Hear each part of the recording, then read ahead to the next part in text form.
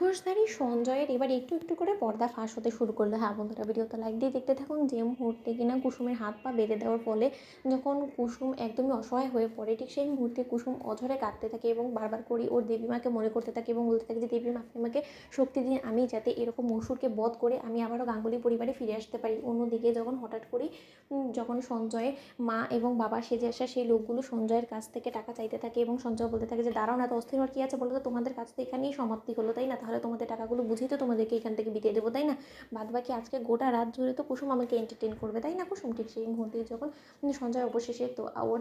সাজিয়ে আনা বাবা মাকে ওদের পাওনা টাকাটা বুঝিয়ে দেয়, ঠিক সেই মুহূর্তে হঠাৎ করে সঞ্জয়ের কাছে একটা ফোন চলে আসে এবং আসা মাত্রই যখন সঞ্জয় বলতে থাকে যে এই মেয়েটা আবার বারবার করে ফোন করে আমাকে কেন বিরক্ত করছে, কিছু তো বুঝতে পারছি না। অন্যদিকে যখন দেবলীনা সঞ্জয়কে ফোন করে বলতে থাকে যে কতদূর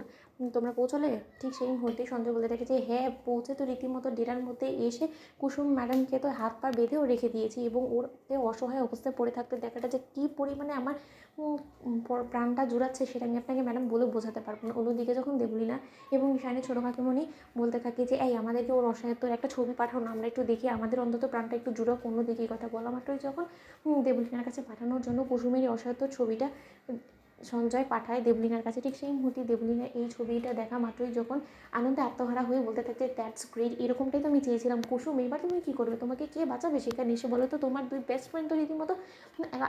আজও করতে পারলো না যে তোমাকে কীরকম আমরা ওদের চকমা দিয়ে আমরা তোমার সঙ্গে এরকম একটা গেম খেলে দিলাম। অন্যদিকে যখন সেখানে আয়ুষ হঠাৎ করে চলে আসে এবং আয়ুষ আসা মাত্রই হঠাৎ করে যখন দেবলীনার হাত থেকে ফোনটা পড়ে যায় এবং আয়ুষ যখন কিছুটা কুসুমের মতন অবিকল দেখতে ছবিটা দেবলীনার ফোনে দেখে ফেলে, ঠিক সেই মুহূর্তে আয়ুষ বলতে দেখছি কী ব্যাপার দেবলীনা, তোমার ফোনে কুসুমের মতনই অবিকল দেখতে একটা মেয়েকে দেখা যাচ্ছে না। অন্যদিকে সঙ্গে সঙ্গে সঞ্জয় ফোন রেখে দেয় এবং সঞ্জয় বলতে থাকে যে ভাগ্যিস প্রাণে বেঁচে গিয়েছি বাবা, আমি এখন ওখানে সামনে নেই, এবার যা ঝক্কি ঝামেলা সামলানো দেবলীনা ম্যাডাম সামলাক। অন্যদিকে যখন কুসুম মনে মনে ভাবতে থাকে যে সঞ্জয়বাবু কার সঙ্গে কথা বলার চেষ্টা করছিল, শুনে তো মনে হচ্ছিল যে হয়তো বা দেবলীনা ম্যাডামের সঙ্গে সে কথা বলছিল এবং আমার চরম শত্রু তো একমাত্র দেবলীনা ম্যাডামই আছে যে কিনা আমাকে দু চোখে সহ্য করতে পারে না এবং তার পাশাপাশি ছোটো ম্যাডামও আছে যে কিনা আমাকে মোটেও বরদাস্ত করতে পারে না, তারা কোনো মতো সঞ্জয়বাবুর সঙ্গে মিলে আমার বিরুদ্ধে এরকম একটা নোংরা চক্রান্ত করেনি তো, কারণ সঞ্জয়বাবু যেভাবে কথা বলছে তাতে করে তো এটাই মনে হচ্ছে হয়তো বা দেবলীনা ম্যাডাম কি আমার এই অসহায়ত্ব ছবিটা তুলে পাঠিয়েছে এবং যদি সেটাই হয়ে থাকে তাহলে দেবলীনা ম্যাডাম আমি যখন